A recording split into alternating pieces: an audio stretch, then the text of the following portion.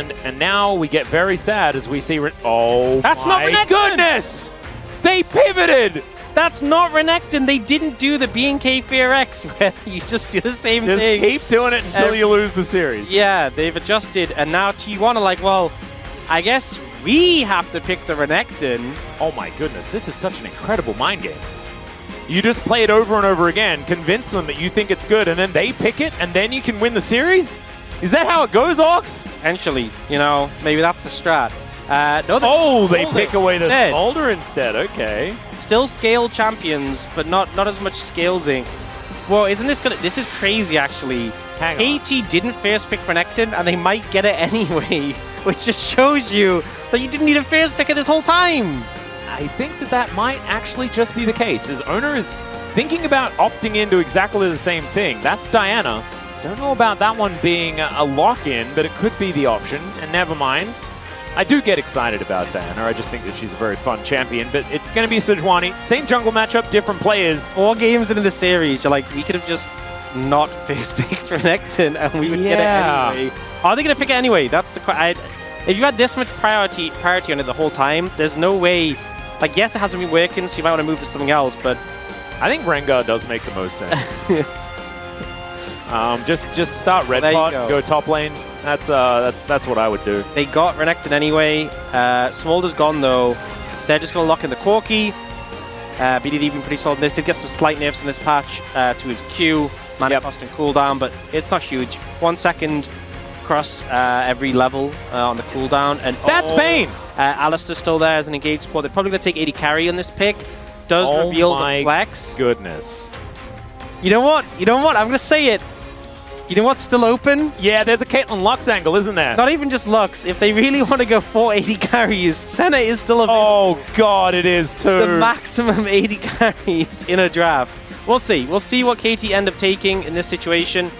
I feel like Ez Karma wouldn't be terrible. You would lack engage. That's one concern. Yeah. But the thing is, I don't think Alistar is enough. You know, if you want to try and deal with like a Vayne and a Smolder, there's a lot of true damage.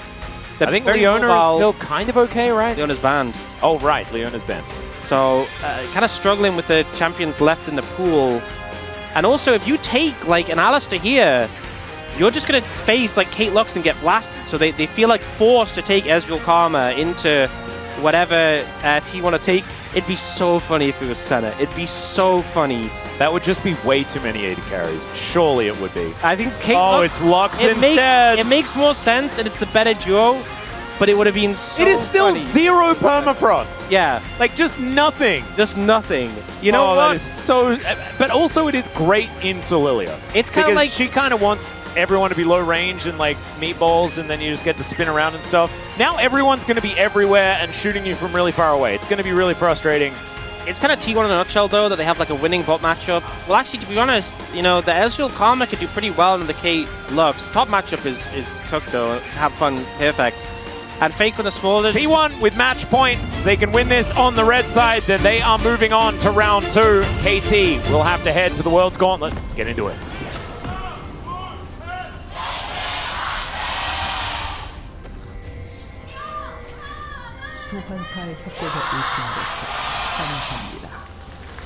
All right, here we are, ladies and gentlemen, under the rift for the 4th game, and possibly KT's last of the playoffs. If they don't manage to pick up a win here, I do think that the draft is somewhat experimental here on the side of T1. I will say one of the weaknesses for KT's draft, they don't really have good engage, having gotten the Karma. One of the things that we saw last game was that Smolder died when he got engaged on. Aha. And KT don't have set engage. They obviously have this... I believe he's playing traditional Karma as well, which I am a big fan of. And unfortunately, Carrier can't use T1 Lux because he didn't get it. Yeah, he did not. As taking some Qs here all over the place. Light Binding does go wide as there is the Arcane Shift forward. We bring up the win rate as they take so much damage. Oh, the flash forward from Beryl. And that will get the flash out from Gumayushi. He has no summoner spells left remaining, only Death's Flash. Yeah, this is... I don't even know what to say to that. That's so sad. You know how that, like, when you look at Perfect's player cam as well, oftentimes it just looks a bit sad as Owner is coming over here. Faker actually already winning out the trade regardless of that fact, as now Carrier could be in trouble. Has just ignited Deft, as Deft running out of mana just a little bit, but will still connect the W. Pyoshik comes on in, and Deft able to get himself out of the way of the Lucent Singularity. Still going to take a turret shot. That does have the Inspire Shield, as Pyoshik able to dance his way out of Owner's Winter's Wrath. A lot of aggression. Yeah, a lot of focus on bottom lane as well, which is continuing to make us sad on behalf of Perfect, but it is still kind of working out here for KT. Just maybe Lilia will come up and she'll help me. Do you think do you think when you get into a game like this, KT just mute top? You think like Fairfax like, hey, it's a great time. You can probably gank now. I think the Vayne's overstepping a bit. And they just literally just moved him out the call. He's in his own call by himself. He's just actually, it's going to be a nice little catch on to Deft, who does take that delayed punch of damage. Yeah, even though KT have kind of had, for the majority of the time, the pressure in lane, T1 really have had the pressure when it matters, as in when they're able to hit the tower. And it's 3 plates to 1 in favor of T1, so... Yeah, and Beryl actually roamed up, I think, to try and contest for grubs, as Light Binding once again going to connect. Carrier just so good at landing these, as Beryl not going to die, but the turret is getting close. As Pyoshik has started off this dragon, Carrier is standing on a ward right now as he does move himself in. Remember, it's kind of an awkward composition to start off fights with, but Owner is certainly the one. That is the flash over there from Pyoshik, just try and put Owner to sleep. As the final spark does come in, Owner can just walk on forward, but the dragon has been taken down. Mom gets mad, connects onto Beryl and BDD, but they are already out of there. As another, let's stop. Can we just stop? I don't want to look at this. But no, this Vayne's going to be a problem. And again, they don't have great lockdown. Like Renekton getting to a Vayne and stunning could be really hard in the later stages. Lilia getting the sleep to proc really difficult. There's no other CC in the composition, so. Might be a big struggle in the late game in general. Ooh, there's a final spark to come on through. That is still going to be Pyoshik picking up that grub. Might just be all of these going on over as T1 not looking to commit to this grub fight. So 4-2 going to be the advantage here on KT's side. The first good news story that there is, unless Owner will just come in and steal it away, but it's not going to be the case. As Faker here towards the bottom side, just grabbing a plate smorgasbord and looking to try and push T1 ever further ahead. Beryl is rotating down, though, and we do have BDD in position. Okay, Sneeze does connect onto 2. It's a lot of stacks. That's not too bad, but the flash forward from Beryl to try and get that snare locked in. Mom comes on through, but the slow is still going to be there. Valkyrie forward, and that is going to be first blood going to BDD on his Corki. Able to find a kill. Faker overstepping a bit, greedy for the plates, and does go down. Beryl trading the flash. Take down the little dragon. Wait. Oh, Pyoshik top? Dear. Perfect does press his ultimate button. Pyoshik was top, but he recalled. Yeah, well, guys, right. He's fully investing in the movement speed. Love that. He wants to go fast. And next Drake is a Chemtech. We could have a Cloud Soul as well. Could you imagine? Yeah. Think of a champion better at activating Cloud Soul than Karma. That's true. You press a lot of R. I love how there's now 3 people in Pivx lane.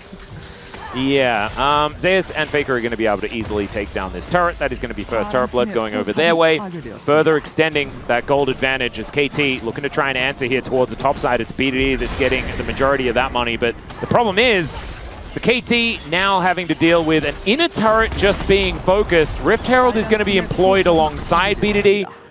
But if it gets another charge, they might be able to answer this. Yeah, I think if they trade even, it's pretty okay, all things considered. With 4 grubs, this should actually be very doable, with how especially low with no one there, yeah. I think KT are probably okay with how this has panned out. Also the gold on good members as well, BDD and Yoshi getting it, nice one to pick up. Definitely a shout out to you there, Orcs, for paying attention throughout this entire series. I'm dialed in. Oh yeah, 100%. It's good to see. And now we're just praying for a Cloud Soul for all that extra movement speed, and it's an Ocean's Head. This is honestly, Ocean's okay for T1. There's a lot of poke on KT that they can obviously mitigate, but it's a pretty lame dragon here. Maybe hold 2 control wards in your inventory the entire game.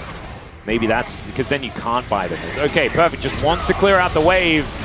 Does stun up Zeus as he comes in. True Shot Barrage clears out the wave, but Perfect is so dead.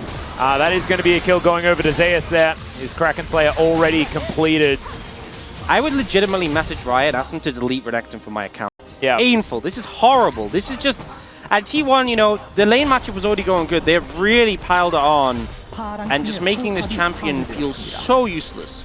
And I think this is where, like, all of Perfect's older brothers on his team are saying, like, buddy, it's okay, we'll carry you, it's all right. And I think that they're going to keep saying that. I think they should just give this dragon up, honestly. Yeah, and it's just a Cloud. I don't think they're too worried about giving that one up. We have spoken about giving things up and being like, that's okay, but then, like, afterwards, KT just kind of lost the game. KT are masters of giving up. Yeah, this is the problem, is that eventually you do need to get control back. And giving things up does not quite help you there. Yeah, giving up Nexus, not a good play. Yeah. Giving up Singular Dragon, that's okay. It's okay. Perfect's here to defend the turret. Perfect may not be here for much longer. It's okay. There's the dash forward from Pyosik.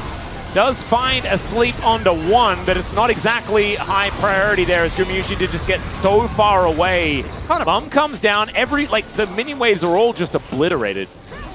So it's not going to result in too much. They can't get onto them, and they're just not doing enough damage. T1 just kind of stand there and fire skill shots at you until you lose. It's kind of the vibe at the moment. They are going to lose this mid-tier 1. It is definitely going to go down. Yeah. The sneeze not going to quite work, but it does not matter. Gets them away. 24 minutes.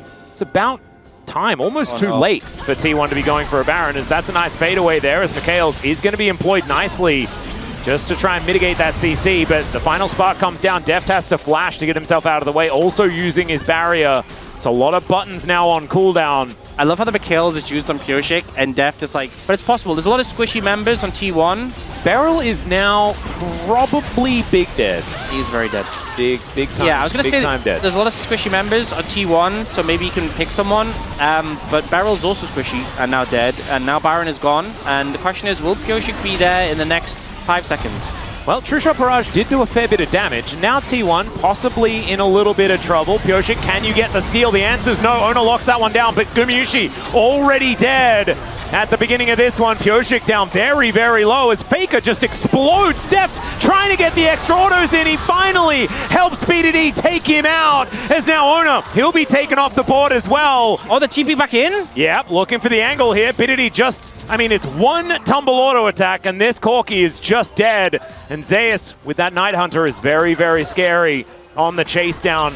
Him and Keria both with the Baron still up and available, though, and I think T1 is still pretty happy with how this one went. You know, they managed to get a trade up in the end of it, but not the cleanest Baron. Definitely didn't really have an exit plan for that one. And now KT can pick up this Dragon. So not really going to get the value you'd maybe hoped out of securing Baron, but you didn't all die, I think is the takeaway on this one. There you go. BDD pretty strong now, though. Picked up a lot of those kills. Keria, you are very squishy. Yeah, he also had to stand still to put out that final spark, which meant that BDD was able to get on over there. So that is going to be a turret going down in the mid lane as well. True Shot Barrage was searching for Keria there. Zeus getting to work here on this top lane, and I'm getting Worlds flashbacks, man. Just watching Zeus take games into his own hands. His Vayne is so incredibly good that T1, despite the fact that they did not quite find the team fight they were looking for, it is still looking dangerous. Yeah, it's unfortunate BDD didn't kill Keria before, because he's one of the 2 Barons remaining. Yeah. Oh, TP flank. All right, it's time for Perfect to shine, ladies and gentlemen. He sidesteps the light binding. That's a great start as Keria going to be taken out first. Pyosik going to steal the kill away from a well-deserving Perfect who just needed something in this game, for goodness sake. T1 now just trying to get out of there. They've lost their support this time around, and KT looking to push further forward. True Shot Barrage to stop them from rotating around, and it is another turret to be taken here for KT. Still a lot of poke damage back. Gumayusi going down relatively low, though. Still T1, they get rid of the minion wave. They are going to be able to force KT back now, as they can't push further forward. Sorry for getting emotional there, but I think the Perfect deserved it. He really did. I can't remember the last time I've seen him, like, proc his permafrost. Yeah. I mean, you just don't, I don't think. Not in this composition. Old bot. It's the most anti-permafrost comp that T1 have ever come up with. And they've come up with the most of them. Yeah, you're just an old bot and a beefcake. Those are the 2 things you do. And I think that because of that, like we were looking at Def not picking Cleanse, and we're like, that's a little bit silly. But if you have Mikhails, what else is there to cleanse outside of like light bindings that we see right here that don't necessarily last as long as a Glacial Prison that really does feel like your avenue into a fight? And that can be used on anyone. So Beryl just says, all right, well, whoever gets hit by it. The worst thing would be if KT wins this game and they're like, ah, yes, the blind pick Renekton, that's going to wait. Yes, Sleep is going to come on through. True Shot Barrage is going to connect as Zeus gets himself out of there, but he's now extraordinarily low. Another flash as Carrier gets himself out of there. And T1 kind of on the ropes. I mean, you could just fish with the bowling balls, and basically anyone but Owner it hits is an immediate threat when it comes to this Sleep potential. Now they're going to start onto the Baron, but T1 there responding. Owner's healing up with the Warmogs. Yeah. Kind of low on mana.